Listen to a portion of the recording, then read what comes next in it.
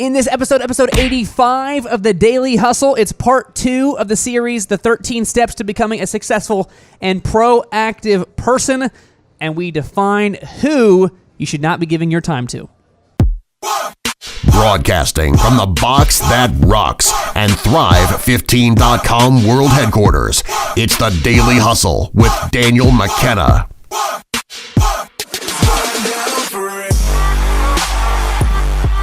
What's going on, ladies and gentlemen? We are diving into episode 85 of the Daily Hustle Show. Over to my left, as always, Marshall F. Morris. Over here, Daniel McKenna. We are currently on the series talking about the 13 steps to becoming a successful and proactive person.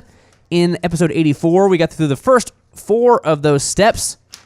Marshall, which if you hadn't heard these things, if you've not internalized those things, if you've not made action steps on those things, go back, watch it again, make those steps, make those changes, correct? Yeah, you got to go make them. Just make them. Make them. I love Marshall's succinct and just action step. Like, Marshall, what do you think about that? Do it. Just do it. Just do it. Just do it. That's what most people need more of in their life. Marshall, would you like to comment on this 12-page blog about the climate of the current economic society? Just go ahead and do it. Just got to do it. I love it. Okay, let's dive in here. Step 5. Continue on this path here. Step 5. Define the opportunities and requests for your time that you are willing to say no to. Now, Marshall, in the previous step, step 4, we just talked about defining what you're willing to say no to as far as purchases, as far as habits. Now we are talking about opportunities and requests for your time that you're willing to say no to. And you hinted on this a little bit. First, I'll read you a Michael Gerber quote, and then I'll let you comment. Michael Gerber, best-selling author of the E-Myth book series, says, "I believe great people to be those who know how they got where they are and what they need to do to get where they're going. Great people have a vision of their lives that they practice emulating each and every day. They go to work on their lives, not just in their lives. Their lives are spent living out the vision they have of their future in the present. They compare what they've done with what they intended to do. And where there's a disparity between the two, they don't wait very long to make up the difference." Marshall, we're talking about defining opportunities and requests for your time that you're willing to say no to. What do you got? So in the previous episode, we talked about saying no to the proactive things in your life. If social media is not something that is building you and it is only restraining you, you must say no to it. But beyond that, there are going to be people and instances that are requests on your time, things that are reactive, things that come up during the day that you will have to say no to, new opportunities and new requests that you will need to have a default set of core values and ways to say no. So you have to be able to effectively communicate, hey, this person or this particular entity is requesting more of my time. Is this something I have decided that I will allocate time for, or is this something that I will not allocate time for? And so you have to be ready for those reactive decisions that are going to be requesting more of your time, and you got to be willing to say no. Do you have any examples of maybe, because we talked about the 6 things, one of those being family, one of those being friendships, maybe finances. Do you have examples of good things in those areas? These are good things that you have to potentially say no to, or at least limit in what you're doing in order for there to be time for great things. Do you have any examples? Yeah, saying no to my mom to go get lunch with her. No, Mom. Want to go get lunch with you. I'm not going to go get lunch with you. Is it because you hate your mom? Nope. Not because I hate my mom. Is it because you hate eating and you hate food? Nope. Like eating, like food. Is it because you hate the sunlight, the outdoors? You hate that, so you'd rather be inside here, and that way you don't have to ever see the outdoors? That might be true. Okay, but you know that you love your mom, and I'm assuming that a positive relationship with your mom is probably something important to you. Yep. And you at least probably enjoy eating. Yep. Enjoy it a lot. It's at least necessary. It is necessary. Okay. But you're saying no in this scenario, could be any scenario. So for you at home, internalize this. What's your scenario? What is it that pops up for you? In your scenario, you're willing to say, sorry, Mom, I love you. I want to have a great relationship with you. I want to eat food. Food is good. Food is necessary for me, but I'm not going to because I have other things that I need to do in order for me to get closer to where I want to be. That's right. So maybe you have a family, and maybe friendships are important to you. And so you say, I want to spend time with my friends. But you also have a family, and you also want to spend time with your kids. And you're working a lot. So maybe that's one of your trade-offs. Maybe you have to say, okay, I'm not going to play in that softball league because that would be every Thursday night. Meanwhile, instead, every Thursday night, I'm going to do something with my kids because my great is I'm hanging out with my kids, whereas my good is I get to have fun and I'm hanging out with my friends. Or maybe it's vice versa. Maybe you're saying, right now I'm hanging out with my kids every Thursday. I'd rather go have fun and I'd rather have friendships. My great is that. Okay, I'm not going to hang out with my kids on Thursday because that's just good. To me, great is friendships and great is fun. So I'm going to do that on Thursday. That'd be probably a less popular decision, but maybe that's what's great for you. And that's what we're saying. Like, it's not that you have to, it's not you're saying, okay, this is what society thinks is normal. We're saying, what do you want for your life? What do you want? What is great for you? What is great for you and your family and your friends and your finances, the things that you say are important to you? What's great for you? Okay, what are the trade-offs you're willing to make to get to that?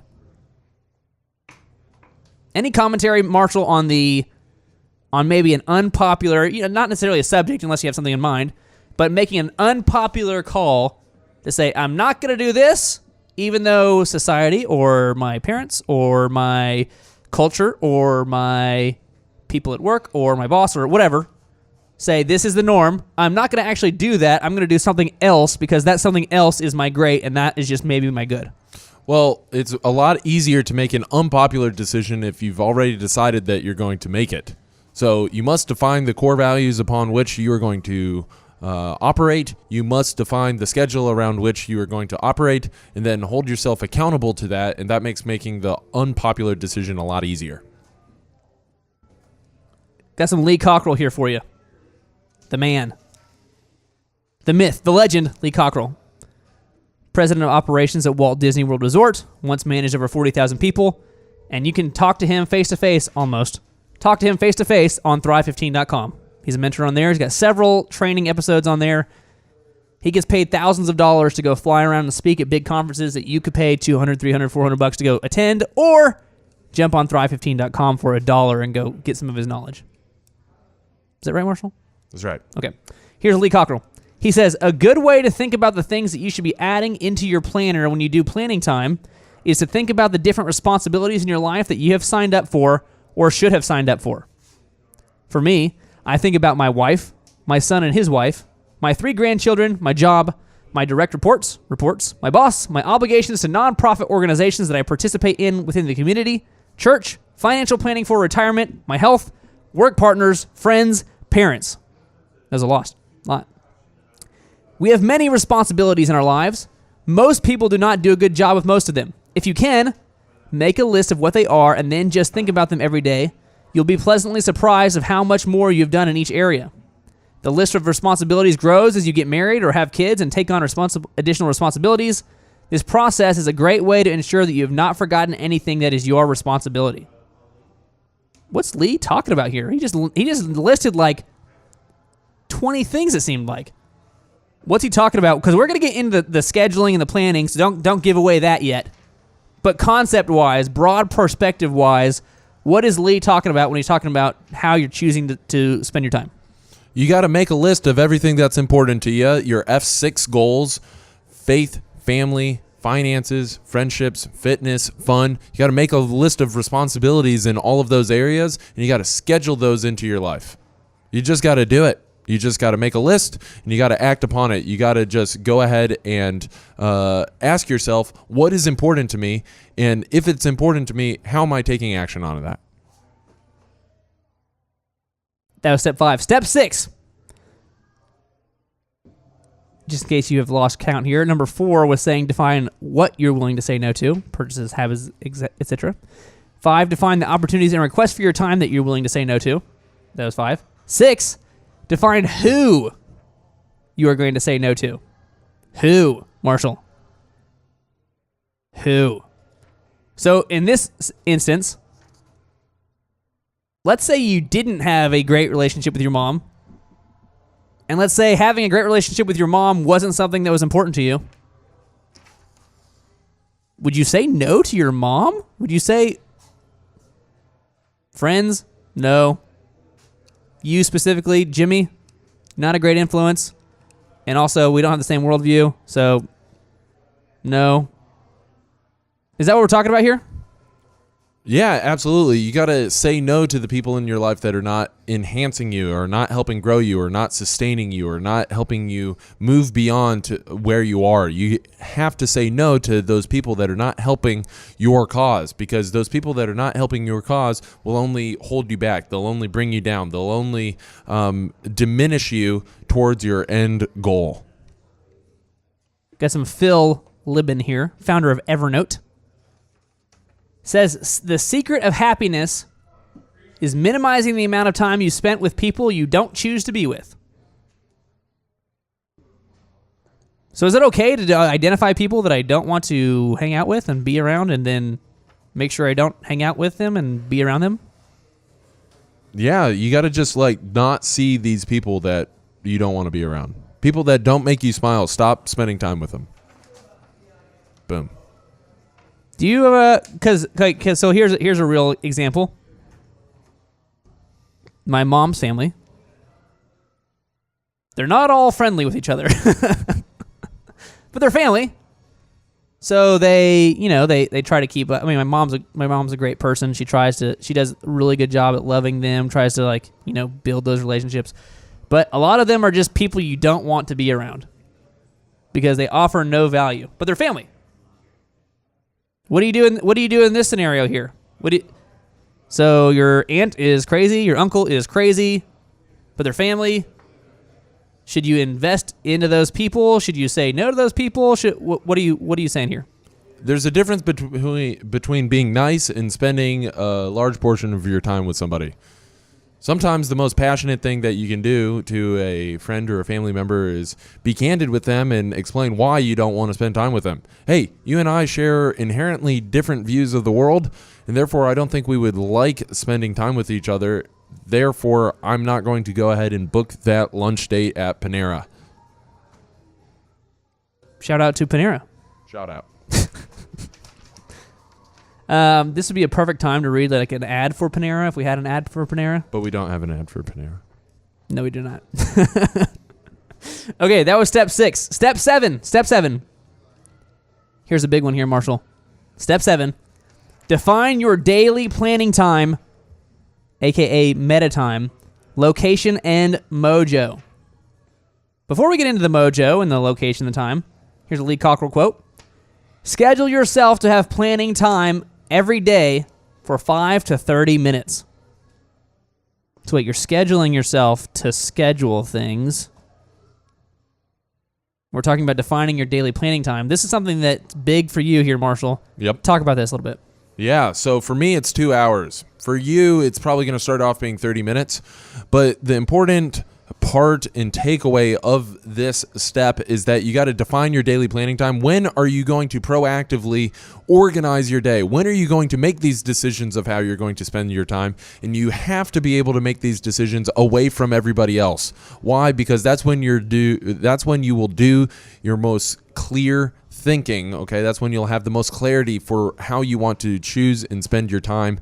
So you must schedule your meta time. Meta meaning above or beyond, or thinking on critically about something. So you got to define, when is this going to be? Okay, when am I going to spend my meta time? For most people, I would highly suggest that you go ahead and involve yourself in a morning meta time. 2 hours 1 hour, at least 30 minutes working on this before you see another human in the morning.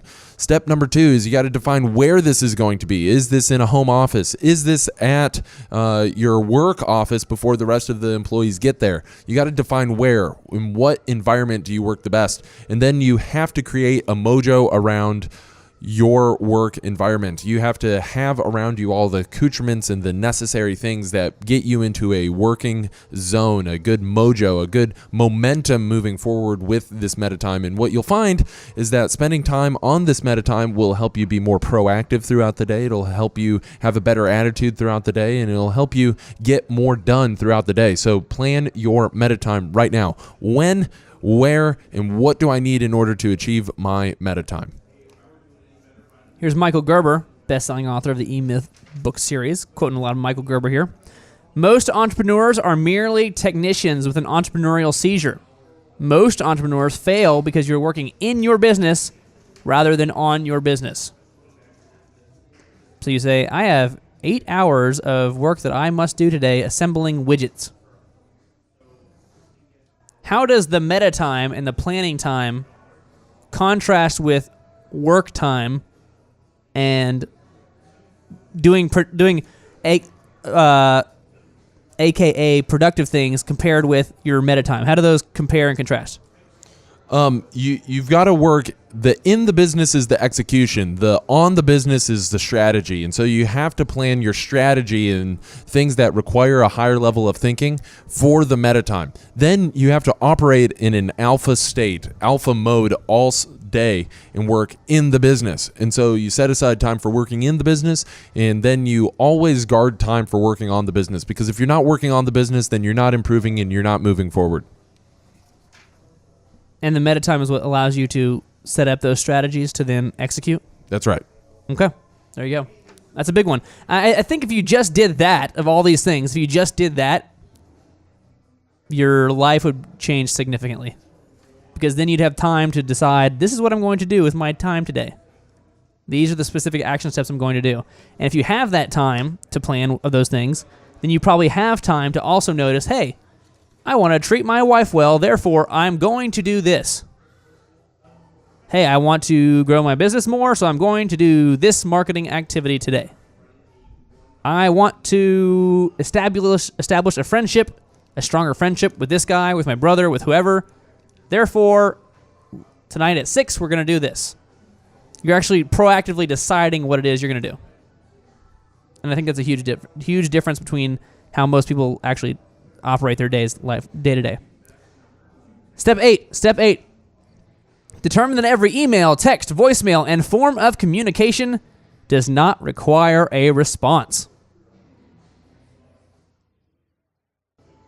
Michael Hyatt, best-selling author of Living Forward, A Proven Plan to Stop Drifting and Get the Life You Want, says the wise know their days are numbered and act accordingly. What are we talking about here, Marshall? And just because somebody requests your time and your communication does not mean that they deserve it. And so, again, you must predetermine how you're going to spend your time, how are you going to spend your life. And just because somebody wants to communicate and interact with you does not mean that you should be doing so. So make a list of the people that you want to have access to you. And outside of those people, don't interact, don't exchange ideas, because exchanging ideas with small-minded people will only keep you down. It will only diminish you. It will only keep you from getting to go where you want to go. So I can ignore emails or texts or voicemails or whatever if it doesn't align with what I'm trying to do? Yeah. Okay. It's not important for me to take a business meeting with somebody that wants me to be a part of their business if it doesn't help me get to where I want to go.